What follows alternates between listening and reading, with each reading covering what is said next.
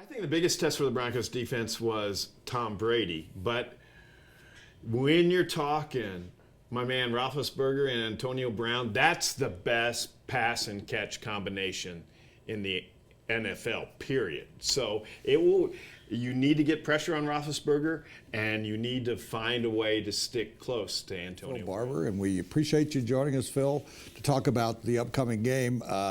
Let's start with this, Phil. Is this a trap game for the Broncos playing at home against a team that's been up and down with the Raiders? Well, maybe you're in a better position to talk about the Broncos' psychology, but the Raiders, I feel like in a season of unpredictability in the NFL, where we seem to be shocked every week by a couple games, the Raiders have actually been pretty predictable. They've really beaten the teams that they should beat, and they've lost to the teams that they weren't expected to beat.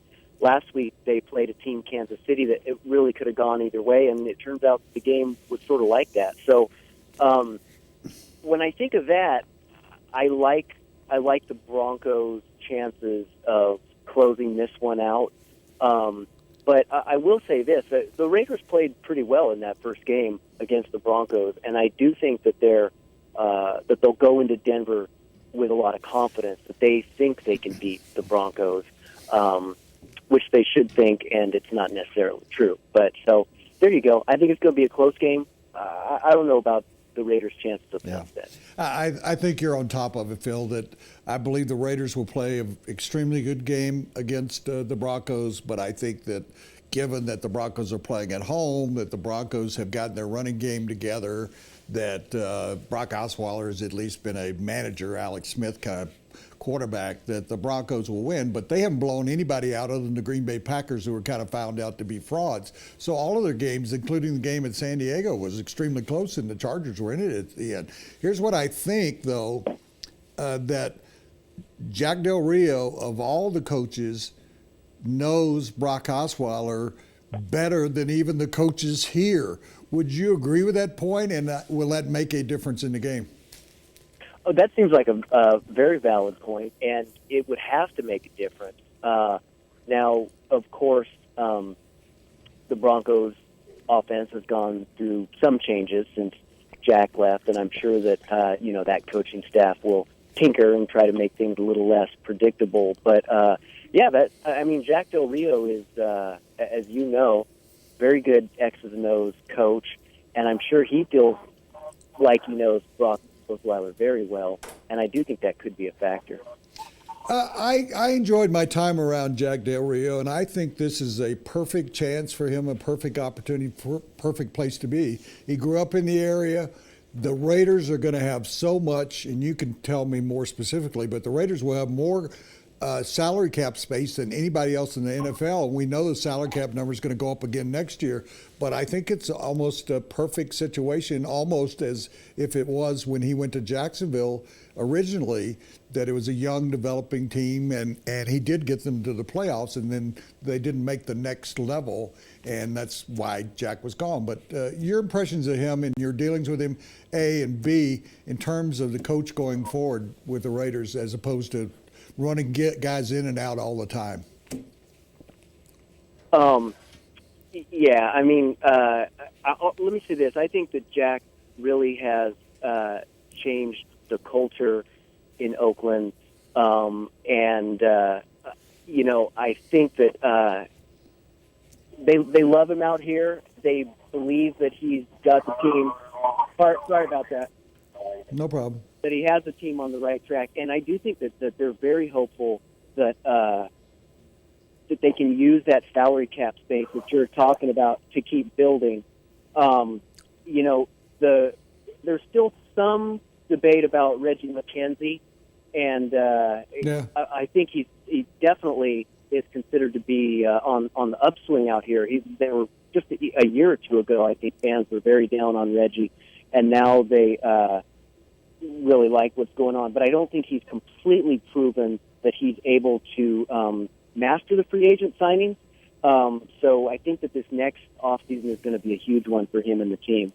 Well, but you would say about Reggie, though, that in Amari Cooper and Derek Carr, their two latest big-time free agents were unlike some old Raiders number one draft choices. That some people questioned Derek Carr.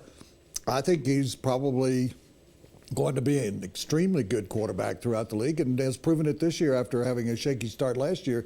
And Amari Cooper's going to be a big-time Pro Bowler for years and years.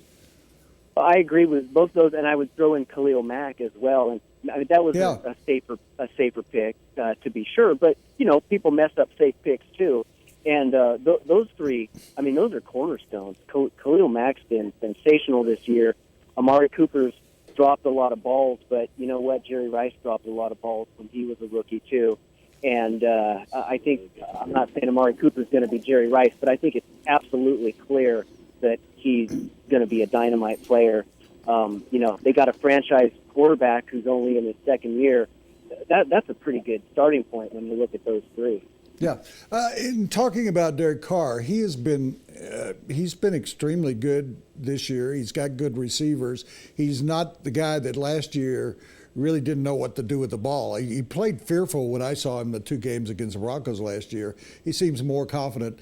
But was that an aberration last week? 3 interceptions. He's been, I think he's only got a total of 6 for the entire year, and 3 came in one game. That he's been very protective of the football. I assume we'll see the better of the Carrs this week. Yeah, no, I will say that last year as a rookie, I think if there was a knock on Derek, it was that he was perhaps too safe with the ball. There were times when you can see avoiding the turnover was first and foremost in his mind, and maybe a little tentative to take some of those downfield shots. This year, he's been more aggressive, and for the most part, that's been a big benefit. I think last week against the Chiefs, we did see the downside of that, and they did get in a position where he had to take some chances too. It wasn't like he was just throwing the ball scattershot all over the place, but he is a more aggressive quarterback this year.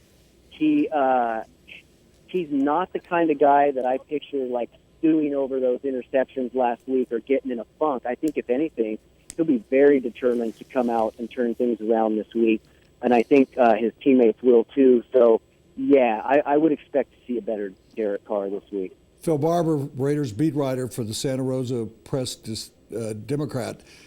Final question, put you on the spot.